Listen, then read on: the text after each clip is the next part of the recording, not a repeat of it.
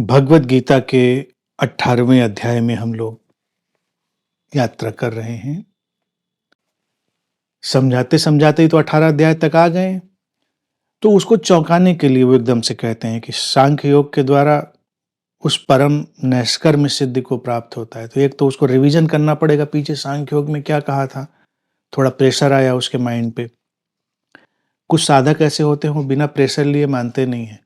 उनको होमवर्क दो, उनको क्वेश्चनायर दो, उनके एग्जाम लो, उनको उनको कुछ ना कुछ टेंशन दिए रहो। तमाम ऐसे सीकर होते हैं तो बहुत खुश रहते हैं। तो यहाँ पर श्री कृष्ण ने बहुत ही क्लेवरली, बड़ी चालाकी से अर्जुन के मन को जानते हुए कह दिया कि सांख्य योग के द्वारा उस परम नैष्कर्म्य सिद्धि को प्राप्त होता है। अब वो जाए फिर से ढूंढे कि सांख्य योग में श्री कृष्ण ने क्या कहा था। और नैष्कर्म्य सिद्धि सीधी सी बात वही कह रहे हैं कि कोई करता नहीं है, घटनाएं घटती हैं, परिस्थितियां बनती हैं, कृत्य बनते हैं, करने वाला कोई नहीं है। जो इस स्थिति में हो गया है वो नैष्कर्म्य सिद्धि में है। तो बात सिंपल वही है, लेकिन उसके मन के लिए थोड़ा एक चैलेंज दे दिया कि वो ढूंढे। आगे कहते हैं जो कि ज्ञान योग की परानिष्ठा है, उस नैष्कर्म्य सिद्धि को जिस प्रकार से प्राप्त होकर मनुष्य ब्रह्म को प्राप्त होता है, उस प्रकार को हे कुंती पुत्र तू संक्षेप में ही मुझसे समझ।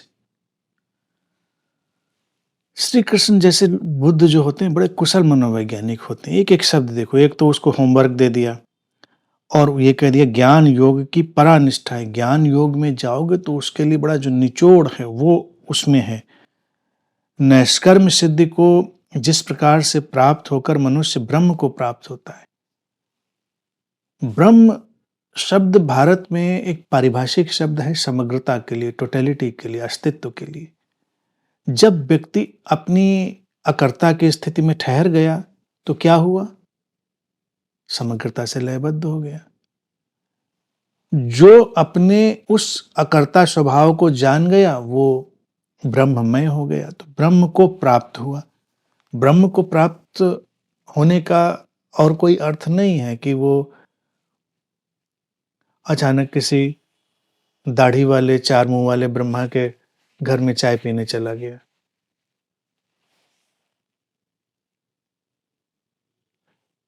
ब्रह्म एक पारिभाषिक शब्द है, समग्रता, टोटलिटी, इंटरकनेक्टेड, इंटरडिपेंडेंट, अंतर संबंधित, अंतर्निर्भर व्यवस्था।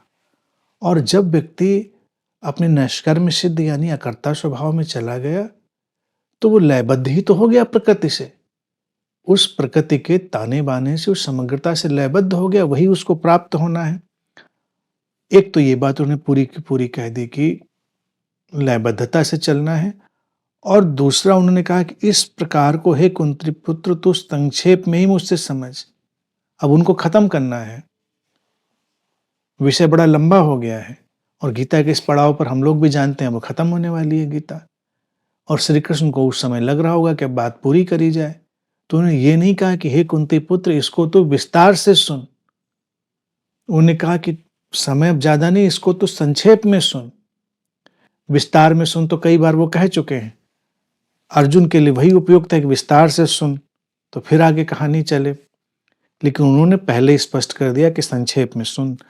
और ये कहते ही उन्होंने उस मोड में अपने को एक्टिव किया है, सक्रिय किया है कि अब वो खत्म करेंगे चीजों को जल्दी जल्दी।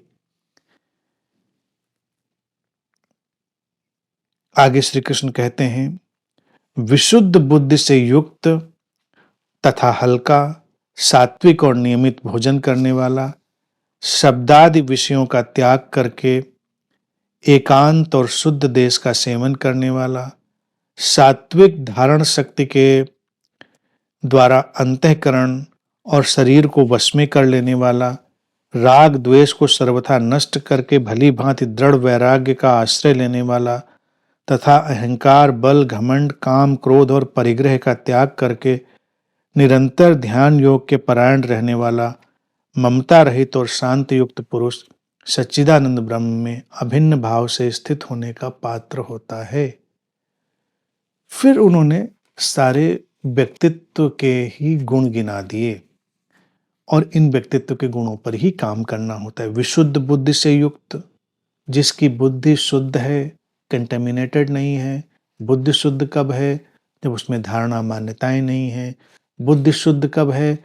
जब बुद्धि में डेल्यूजन्स, हेलुसिनेशंस और इल्यूजन्स का समावेश नहीं है, विभ्रमों का, भ्रमों का, अपने आरोपणों का समावेश नहीं है। हल्का है, हल्का, सात्विक और नियमित भोजन करने वाला। हल्का, सात्विक और नियमित भोजन क्या है? अच्छा भोजन है।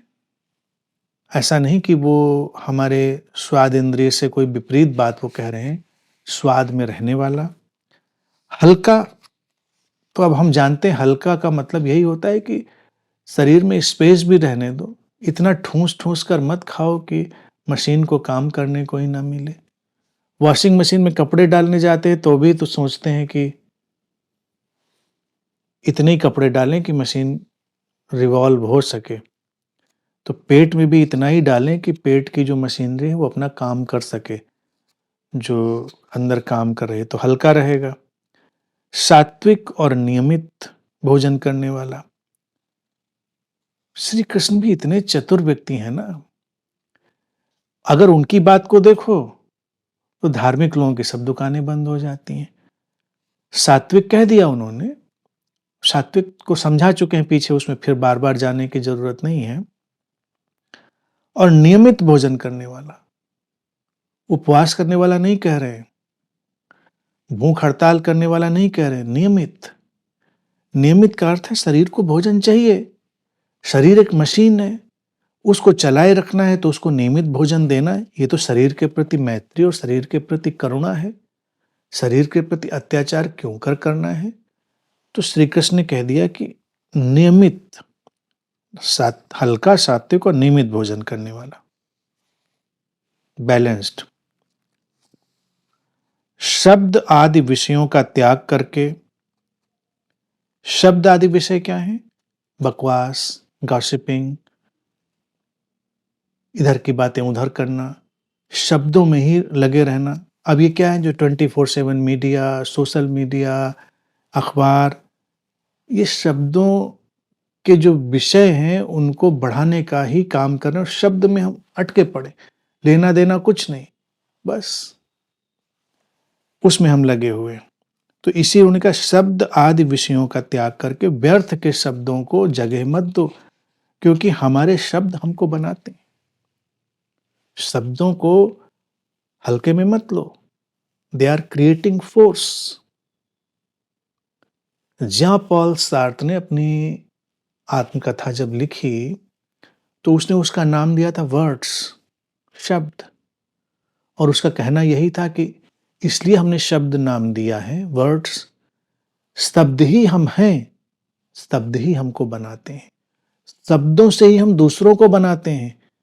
एक व्यक्ति किन शब्दों का, कैसे शब्दों का, किस भांति शब्दों का, कैसी पैकिंग में शब्दों का उपयोग करता है, उसके पूरे व्यक्तित्व को बता देता है। एक व्यक्ति प्रेम शब्द का ही उपयोग कर रहा हो सकता है, लेकिन उसकी आंखों से आग निकल रही हो सकती है। प्रेम को ऐसे चबा-चबा कर बोल रहा हो सकता है, प्रेम शब्द को या प्रेम के गीत को या प्रेम के विषय को रेखांकित करने वाले शब्द को, कि वो जैसे कुछ बिल्कुल चबाकर खत्म कर देने वाली स्थिति हो। देखो कभी बातें करते हुए लोगों को, उनको झूमते हुए, उनकी आंखों को, उनके व्यक्तित्व को, वो जो शब्द उपयोग कर रहे हैं उसकी पैकिंग पूरी। शब्द आदि विषय से इसने कह दिया ना, शब्द आदि, आदि में क्या हो गया? पैकिंग हो गया। शब्द आदि विषय, श्री कृष्ण संक्षेप में कह रहे हैं तो अब वो प्रिसाइज होते जा रहे हैं। तो शब्द हो गया और आदि हो गया, शब्द की चारों तरफ पैकिंग, उसके वो अंदर डाला गया इमोशन, वो व्यक्ति के व्यक्तित्व को बताते हैं। कभी कभी कुछ लोग शांति की बात भी इतनी अशांति से करते हैं कि वो उनके व्यक्तित्व को बताता है। कुछ लोग सजगता की बात इतनी असजगता से करते हैं कि हैरान रह जाओगे। तो शब्द बड़ा एक रोचक चीज है और शब्द बड़ा ही प्रभावशाली हमारे पास उपकरण है, जो हमको बनाता है। तो शब्दों के प्रति सतर्क रहो, शब्दों के प्रति संयमित रहो, शब्दों का सदुपयोग करो, सृजनात्मक उपयोग करो, सार्थक उपयोग करो, व्यर्थ उपयोग मत करो। जहाँ नहीं बोलना है मत बोलो, जहाँ बोलना है, जितना आवश्यक है उतना बोलो। एकांत,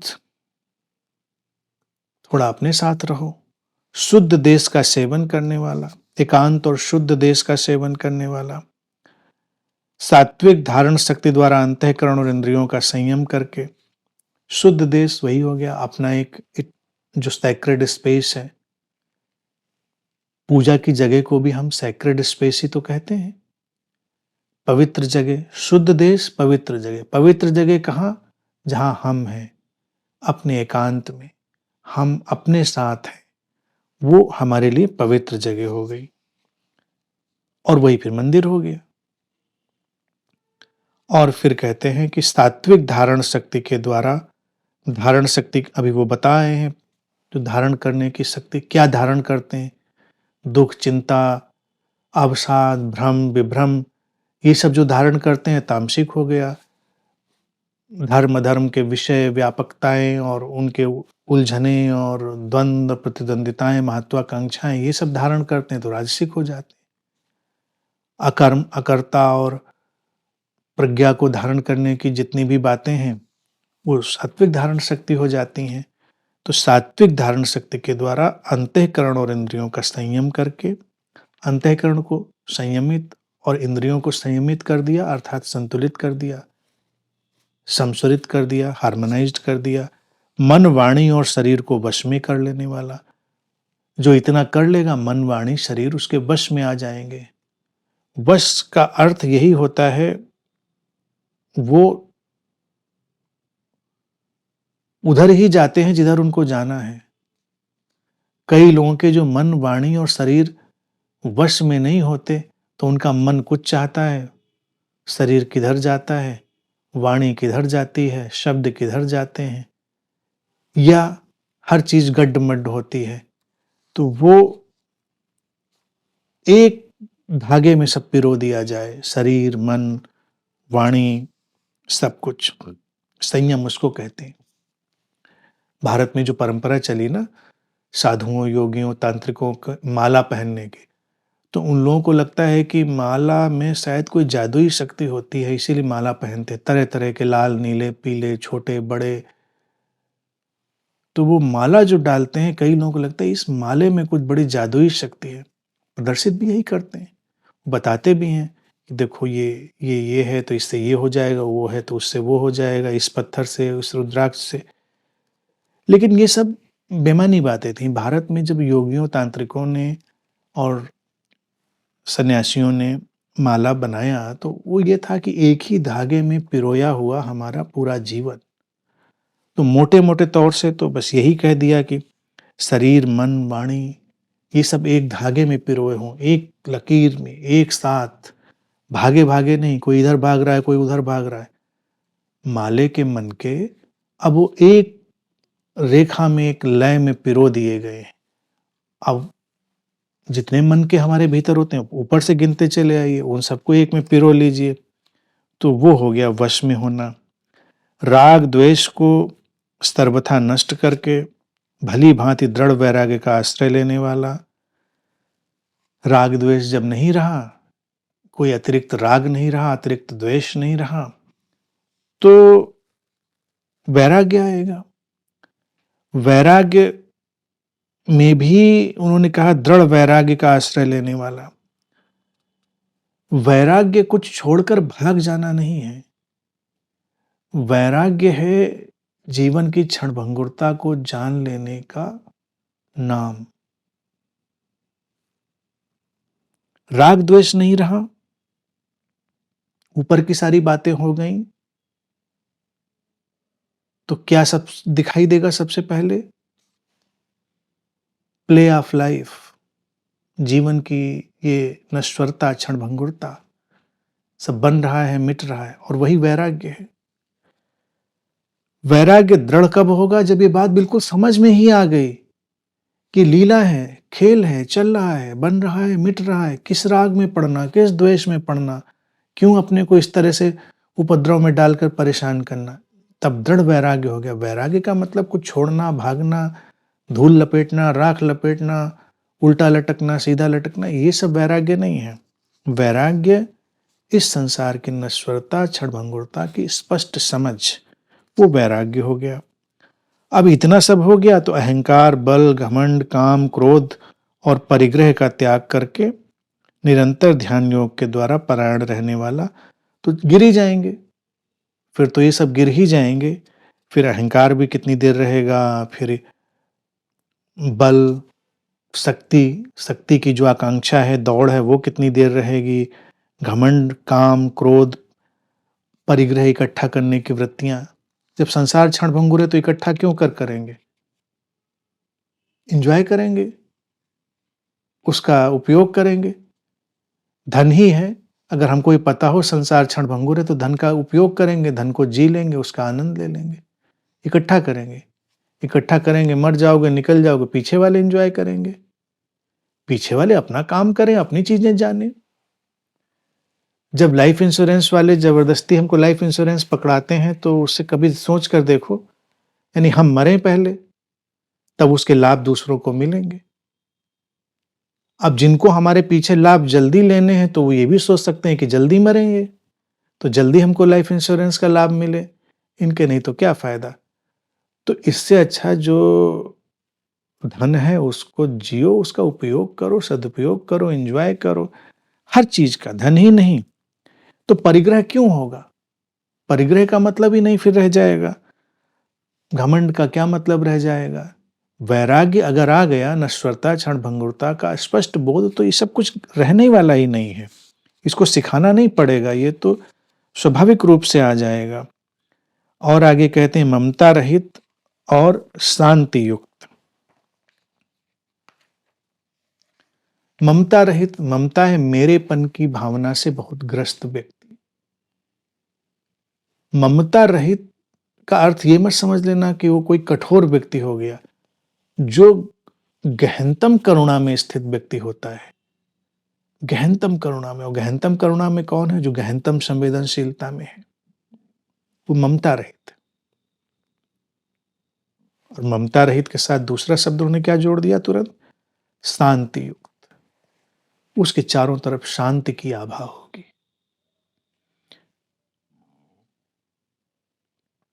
ममता से भरा व्यक्ति होगा तो अगर उसको हम देखने जाएंगे तो उसके चारों तरफ अशांति दिखेगी। मेरापन, मेरे बच्चे, मेरा परिवार, मेरा देश, मेरा झंडा, मेरा धर्म, मेरी किताब, मेरा विचार, मेरी भावना, मेरी इज्जत, मेरा नाम, मेरा मेरा मेरा, सब उसको मेरे से ही चल रहा है। तो ममतावान व्यक्ति सब मेरे पर केंद्रित है, वो हर चीज उसकी मेरे पर आ गई, तो उसके चारों तरफ अशांति का वातावरण होगा। जो ममता रहित होगा, जो मेरेपन की भावना से मुक्त हो गया है, उसके चारों तरफ शांति युक्तता होगी। जैसे दिया जला तो दिए पर उसकी कोई अपनी पकड़ नहीं रह गई, प्रकाश फैल गया। प्रकाश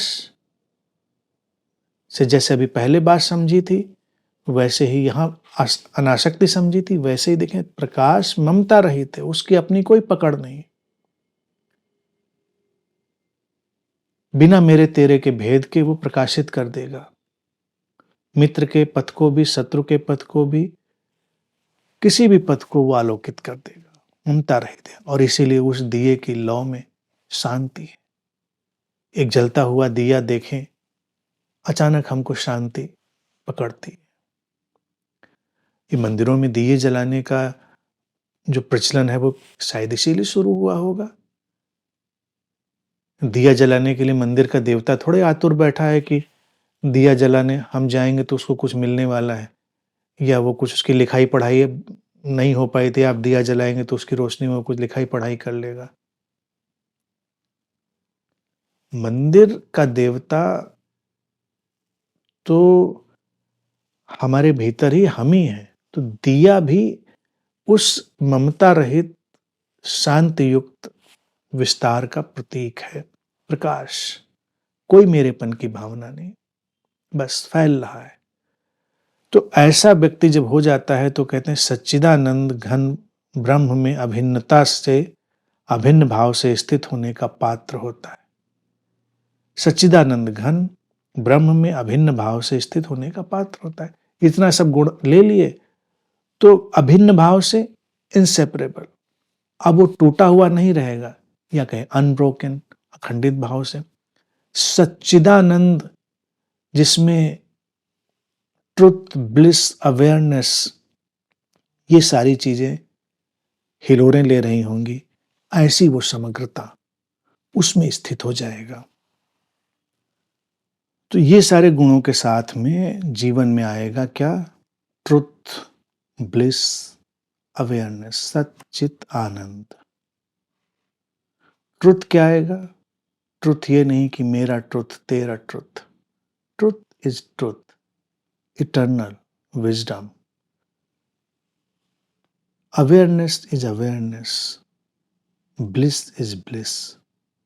असीम, अमाप, मेरे तेरे की परिभाषाओं से मुक्त और अभिन्न भाव से ब्रह्म में, अर्थात उस समग्रता में, उस टोटलिटी में वो टिक जाएगा, स्थित हो जाएगा, उसका पात्र हो जाएगा।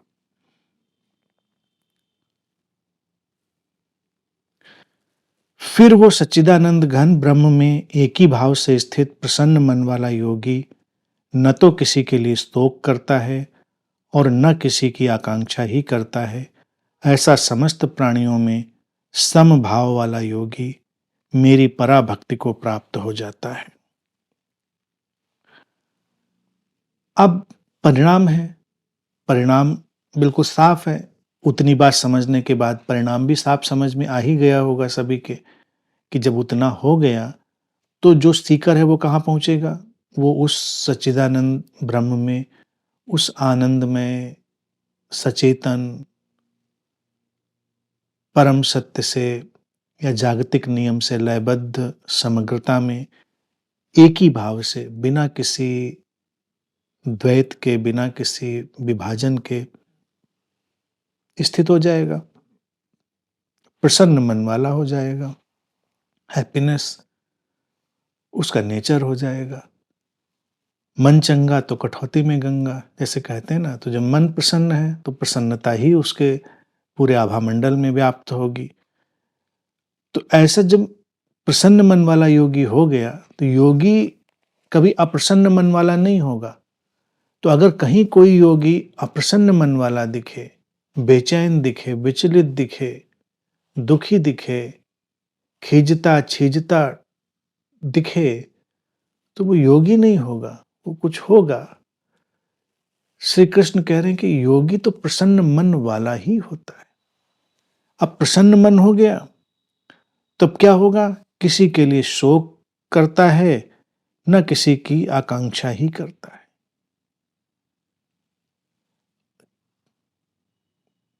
समस्त प्राणियों में सम भाव वाला, समस्त प्राणियों में, मनुष्यों में ही नहीं, समस्त प्राणियों में सम भाव वाला योगी मेरी पराभक्ति को प्राप्त हो जाता है। जो अल्टीमेट यूनियन है, वो जो अल्टीमेट मर्जिंग है उस परम अस्तित्व के साथ, वो घटती है। क्योंकि अब उसके मन में धारणाओं, मान्यताओं, विश्वासों के विभाजन तो गिर गए हैं। प्रसन्न मन है उसका और सच्चिदानंद की स्थिति हो गई है उसकी। शोक और आकांक्षा इसलिए नहीं करता क्योंकि वो जानता है कि जो होना होता है, जो नहीं होना होता है वो नहीं होता है। शोक करता क्यों है व्यक्ति? शोक इसलिए करता है, ये क्यों हो गया, ऐसा नहीं होना चाहिए था। और जो शोक न करे और आकांक्षा न करे, वो लोगों के लिए बड़ा विचित्र हो जाता है। लोग उससे तारतम्य बिठाना मुश्किल पाते हैं। इसीलिए बुद्धों के साथ तारतम्य बिठाना बड़ा मुश्किल होता है। उनके प्रेम को समझना भी बड़ा मुश्किल होता है, क्योंकि प्रेम में तो हम यही दोनों गुण सर्वोपरि मानते हैं कि प्रेम में प्रेमी आकांक्षा करे एक दूसरे की और एक दूसरे के लिए शोक करे, और प्रसन्न मन वाला तो बिल्कुल ही ना हो। थोड़ा मन में रोता बिसूरता हुआ हो क्योंकि जब जाए अपने प्रेमी प्रेयसी के पास या अपने प्रियजन के पास, तो प्रसन्न हो, जिससे कि उसको लगे कि देखो मेरी वजह से प्रसन्न हुआ, और फिर उसको कहे कि आज बस तुमसे मिलकर मन प्रसन्न हो गया। लेकिन वो कहे कि मेरा मन तो प्रसन्न ही था, तुमसे मिलकर कुछ अतिरिक्त प्रसन्न नहीं हो गया, बस प्रसन्नता फैल गई, बँट गई, इतना ही हुआ। तो प्रेमियों को बात समझ में नहीं आएगी, और प्रेम प्रेम के कोई भी तल हो सकते हैं, संबंधों का कोई भी तल हो सकता है। अगर व्यक्ति सीधे-सीधे प्रसन्न मन वाला है, तो लोगों को उससे तारतम्य बिठाने में बड़ी मुश्किल पड़ती है कि इसको दें क्या, इसको करें क्या, ये तो ऑलरेडी प्रसन्न है। तो इसीलिए संबंधों का जो सबसे बड़ा आयोजन है, आयरोनिकली और बड़ा रोचक है, कि पहले व्यक्ति को आप प्रसन्न बनाओ और फिर उसको प्रसन्न बनाने के सारे संसाधन दो, जिससे कि फिर बात पूरी हो कि देखो तुम अप्रसन्न थे, अब हमने ऐसा-ऐसा करके तुमको प्रसन्न बना दिया। फिर जब संबंध होंगे, प्रेम होगा व्यक्ति का, और ये सब प्रेम की धाराएँ उसको लगेगा बह रही, तो वो कहेगा कि वो आकांक्षा करे एक-दूसरे की और शोक करे। शोक करे क्या? तुम मिले नहीं, तो पत्ते मुरझा गए, फूल झड़ गए, तुम मिले नहीं तो ऐसा हो गया, तुम मिले तो फूल खिल गए। आकांक्षा करे और शोक करे। लेकिन नहीं करेगा जो व्यक्ति सच्चिदानंद घन में आ गया, लेकिन उसका प्रेम प्रचंड होगा, अखंड होगा। एक ही भाव कह दिया ना श्री कृष्ण ने, एक ही भाव से। तो अब मान लो तथ्य पता है किसी को, तो शोक क्या करेगा? शाम हो गई, सूरज ढल गया, ढलना था, ढल गया, क्या शोक करे इस बात पर? सुबह जल्दी हो जाए, क्या आकांक्षा करे इस बात की? होगी, हो जाएगी, जब होना है तो हो जाएगी। शोक और आकांक्षा अज्ञान पर खड़ी है। मिले, मिलना था, मिल गए, प्रसन्न पहले से थे, प्रसन्नता और फैली, प्रसन्नता और समृद्ध हो गई, बस इतना हुआ। आकांक्षा करें मिलने की, ये तो बड़ी अज्ञान की स्थिति है, क्योंकि मिलना ना मिलना आकांक्षा पर नहीं खड़ा है, वो उस अस्तित्व की ट्रिलियंस ट्रिलियंस पॉसिबिलिटीज पर खड़ा है, और जो उस जागतिक नियम को जान रहा है, वो उन अनंत संभावनाओं को भी जानता है, इसलिए वो आकांक्षा नहीं करता। और फिर वो ना हो तो शोक भी नहीं करता, क्योंकि जो नहीं होना है वही नहीं हुआ है, जो होना है वही हुआ है।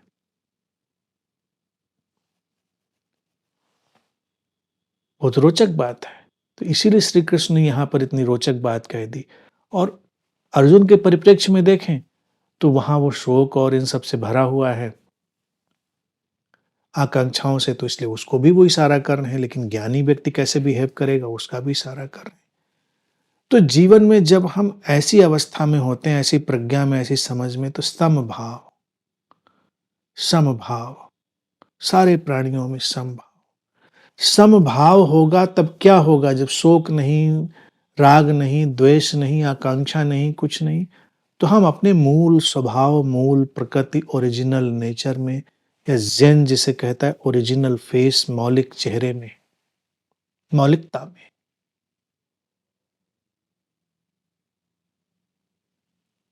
फिर उस मौलिकता से ही निकलकर कुछ आगे बढ़ता है। तो आगे से इस बात को देखें, ये आकांक्षा और शोक हमारे संबंधों के उथलेपन में आती, गहरेपन में वो नहीं आती, क्योंकि गहरेपन में उनको जिया जाता है। सांझ आती है तो सांझ का स्वागत किया जाता है, सुबह आती है तो सुबह का स्वागत किया जाता है। मिले तो मिलने का स्वागत, बिछड़े तो बिछड़ने का स्वागत।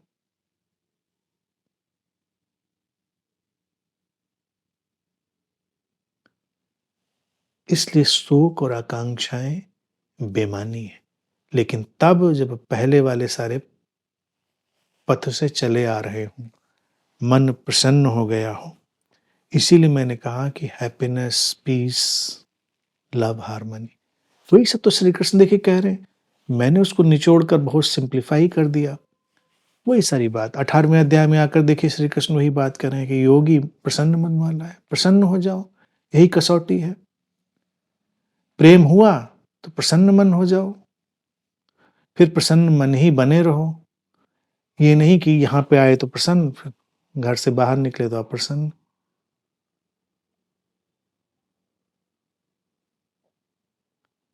प्रसन्नता बहुत आधारभूत है, और जब प्रसन्नता है तो आकांक्षा और शोक से पार चला जाता है। समभाव में कोई भेदभाव नहीं, समता है, समता है तो मूल स्वभाव में, अपने ओरिजिनल फेस में, ओरिजिनल नेचर में व्यक्ति चला गया और मेरी पराभक्ति को प्राप्त हो जाता है। पराभक्ति का अर्थ एक परम ऐक्य को, एक अल्टीमेट यूनिटी को, अल्टीमेट यूनियन को प्राप्त हो जाता है। अब ये सब भक्ति खत्म हो गई, भक्ति दिखाई जाए। प्रेम भी जब तक दिखाया जाए तो प्रेम अधकचरा होता है। प्रेम परिपक्व तब होता है, परा प्रेम तब हो जाता है जब प्रेम अब दिखाने की जरूरत भी न रह जाए, वो हवा जैसा सहज हो जाए, उसमें हम सांसें ले रहे हैं। लेकिन भक्त तो जीवन पर्यंत भक्ति बना रहता है। उसे पूछो, भजन गा रहा है, कुछ कर रहा है, कुछ न कुछ करता हुआ वो विचित्र सा जान पड़े तो भक्त होगा। वो कहेगा पराभक्ति। पराभक्ति जब भक्त और भक्ति, भक्ति की क्रियाएं, भक्त का व्यक्तित्व सब तिरोहित हो गया, जो बचा वही समग्रता, वही अनब्रोकन एग्जिस्टेंस, वो बच गई तो पराभक्ति हो गई। अब ऐसा व्यक्ति उस समग्रता के साथ लयबद्ध चलेगा, हमको दिखेगा ही नहीं कि वो कहीं अलग थलग है। अलग थलग दिखेगा तो भक्त होगा, भक्ति की सामान्य एक शैलो धारा होगी। पराभक्ति में जाएगा तो भक्त और भक्ति सब तिरोहित, कोई विभाजन ही नहीं दिखेगा। विभाजन नहीं दिखेगा तो आकांक्षा और शोक गया, आकांक्षा शोक गया तो क्या भक्त विरह के गीत गाएगा, क्या मिलन के गीत गाएगा, सब बंद। जो है सो है, फिर विशुद्ध वर्तमान है, प्योर प्रेजेंस है। उस वर्तमान और प्रेजेंस से उमड़ कर बहता हुआ जीवन का समंदर है।